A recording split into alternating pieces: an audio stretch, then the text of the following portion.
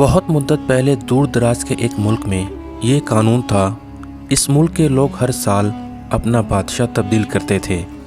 جو بھی بادشاہ بنتا وہ ایک عہدے نامے پر دستخط کرتا تاکہ اس کی حکومت 1 سال مکمل ہونے کے بعد وہ اس عہدے سے دستبردار ہو جائے اور اسے ایک دور دراز جزیرے پر چھوڑ دیا جائے گا جہاں سے وہ کبھی واپس نہیں آ سکے گا۔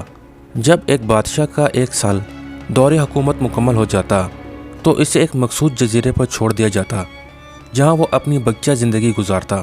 اس موقع پر اس بادشاہ کو بہترین لباس پہنایا جاتا اور ہاتھی پر بٹھا کر اسے پورے ملک کا الوداعی سفر کروایا جاتا جہاں وہ سب لوگوں کو آخری بار خیر بات کہتا۔ وہ بہت ہی افسوسناک اور غم زدہ لمحات ہوتے اور پھر وہاں کے لوگ بادشاہ کو اس جزیرے پر ہمیشہ کے لیے چھوڑ آتے۔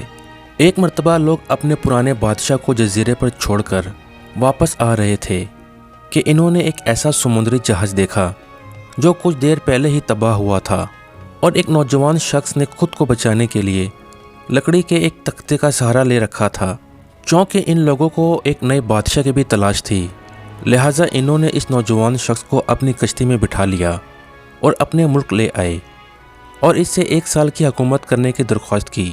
پہلے تو وہ نوجوان نہ مانا، لیکن پھر وہ 1 سال کے لیے بادشاہ بننے پر رضامند ہو گیا۔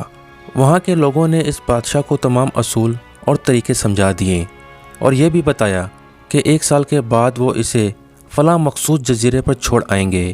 بادشاہیت کے تیسرے دن ہی اس نوجوان بادشاہ نے اپنے وزیر سے کہا، مجھے وہ جگہ دکھائی جائے جہاں گزشتہ تمام بادشاہوں کو بھیجا گیا تھا۔ وزیر نے بادشاہ کی خواہش کا احترام کرتے ہوئے اسے وہ جزیرہ دکھانے کا اہتمام کیا۔ وہ جزیرہ مکمل طور پر جنگل تھا اور جنگلی جانوروں سے بھرا ہوا تھا۔ ان جانوروں کی آوازیں جزیرے کے باہر تک سنائی دے رہی تھیں۔ بادشاہ جائزہ لینے کے لیے تھوڑا سا جنگل کے اندر گیا اور وہاں اس کے پچھلے تمام بادشاہوں کے ڈھانچے پڑے نظر آئے۔ وہ سمجھ گیا بہت جلد اس کا بھی یہی حال ہوگا اور جنگلی جانور اس کو چیر پھاڑ کر کھا جائیں گے۔ ملک واپس پہنچ کر بادشاہ نے مضبوط جسم والے 100 مزدور اکٹھے کیے۔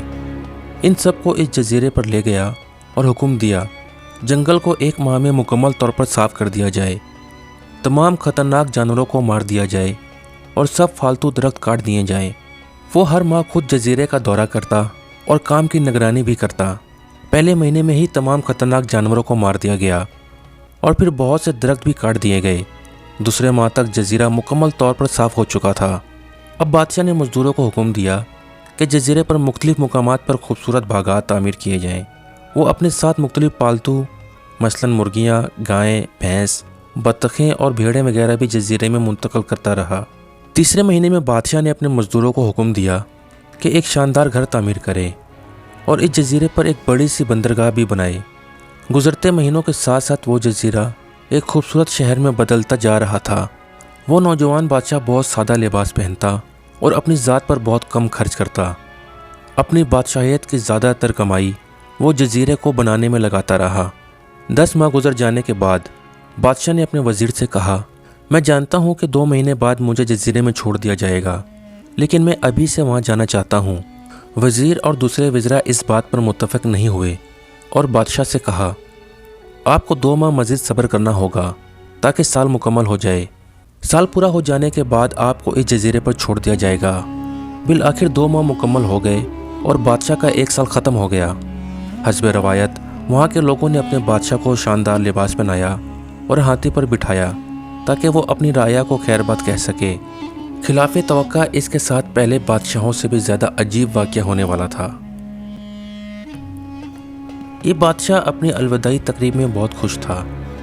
لوگوں نے اس سے پوچھا، اس واقعے پر تمام گزشتہ بادشاہ تو رو رہے تھے، لیکن آپ ہنس رہے ہیں، آپ کے اس قدر خوش ہونے کی کیا وجہ ہے؟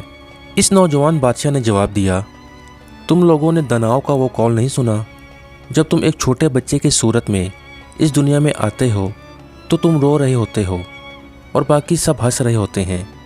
ایسے زندگی جیو کہ جب تم مرو تو تم ہنس رہے ہو اور باقی دنیا رو رہی ہو۔ میں نے ایسی ہی زندگی گزاری ہے۔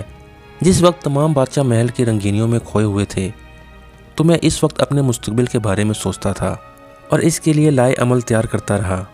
میں نے اب اس جزیرے کو ایک ایسی خوبصورت قیام گاہ میں تبدیل کر دیا ہے جہاں میں اب اپنی باقی زندگی نہایت چین اور آرام و سکون سے گزار سکوں۔ پیارے دوستو، امید کرتا ہوں یہ کہانی آپ کو پسند آئی ہوگی۔ اگر یہ کہانی آپ کو پسند آئی ہو تو برائے مہربانی ہمارے چینل کو سبسکرائب کیجیے۔ ویڈیو دیکھنے کا بہت بہت شکریہ۔